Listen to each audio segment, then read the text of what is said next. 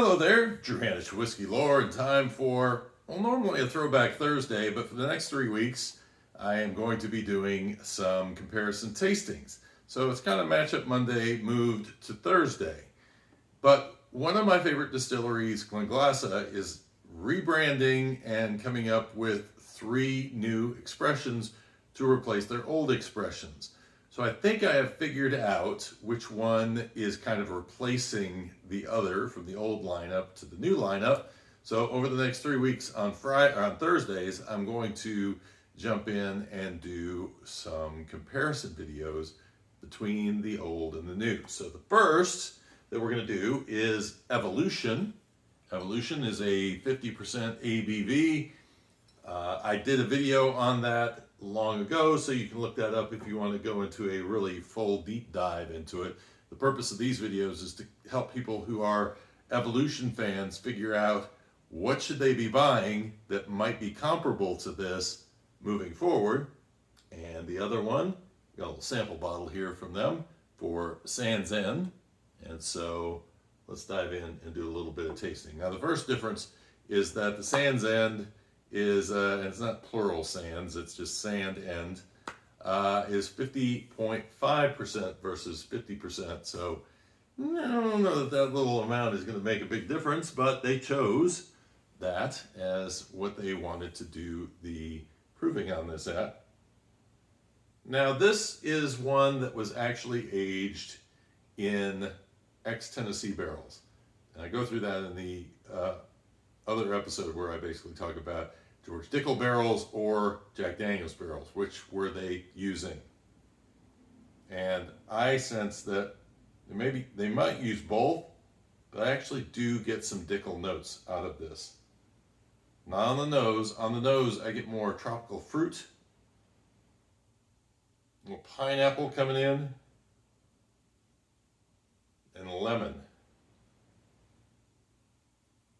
with maybe a little bit of grain note laying there in the background, but definitely picking up a pineapple note on that one.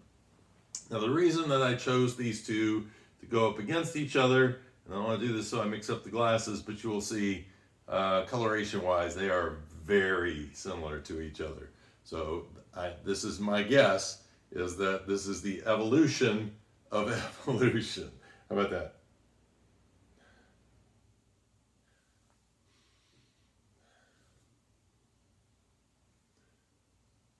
Not as fragrant. Definitely not as fragrant. Like, is it just my nose playing with me? No, it's not as fragrant. Definitely not picking up that pineapple.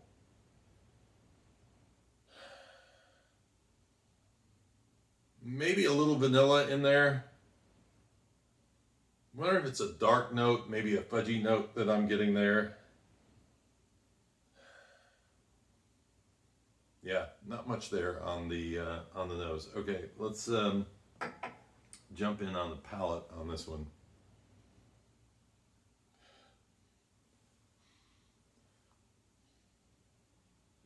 Okay, cheers. Never want to swallow this stuff. Malty, toffee, a little bit of that tropical fruit coming through, and then this minerally note that pops in. Finishes with lemon and a little bit peppery. Very interesting whiskey. Yeah, it's really interesting. The lemon just lays on the palate and does not go away. It is very nice. But it is truly the weight of that whiskey. It is that, this is a seaside whiskey. It's going to pick up usually a little bit of brininess. I don't get that much out of it until I get to that kind of minerally note. It gets a little briny on the finish, but on the nose, not really. It's all tropical fruits coming through. It's like Scotland in the tropics. All right, so this is Sandend, higher proof, as I say.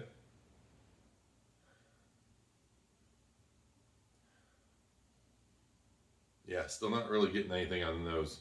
Cheers.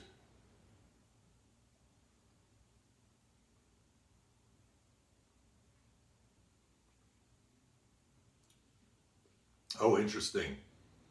Oh man, this is definitely different on the palate. More grapefruit coming in. Pineapple is there just a little bit. A little bit of that brininess coming through. I get a lot of tannins on this. There's a bitter note coming through. Some dry pear coming through. It's not sweet. It's just got kind of that pear note, but it is just more dry. Not much going on with the barrel here in terms of it really imparting much in the way of vanilla, toffee, or oak. The oak maybe in that tannin towards the end. It would be interesting to know what kind of barrel that they're using, what they've shifted to make this, because it definitely is different overall. And I mean, I would suggest they're still both probably around the same age in terms of whiskeys, and I would imagine that their color suggests also that they're done in ex-bourbon, but nothing else. But I'm not really picking up a lot. In fact, I would almost wonder whether they're using some virgin oak in this somewhere, and maybe that's where I'm picking up a little of that tannin. But I'm not getting a char, not really a char note necessarily coming through. So interesting, very different whiskeys.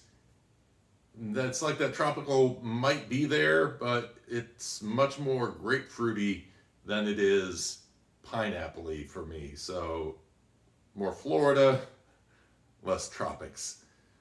Anyway, I hope you enjoyed this. I don't know if are you a fan of the evolution? I'm going to be doing the revival next week, and then I'm going to do Torfo, which is one of my favorite whiskeys in the world.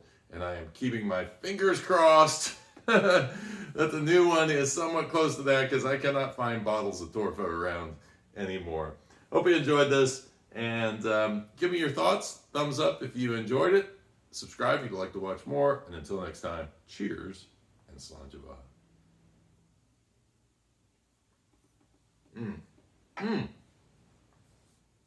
Very different. Very different whiskeys.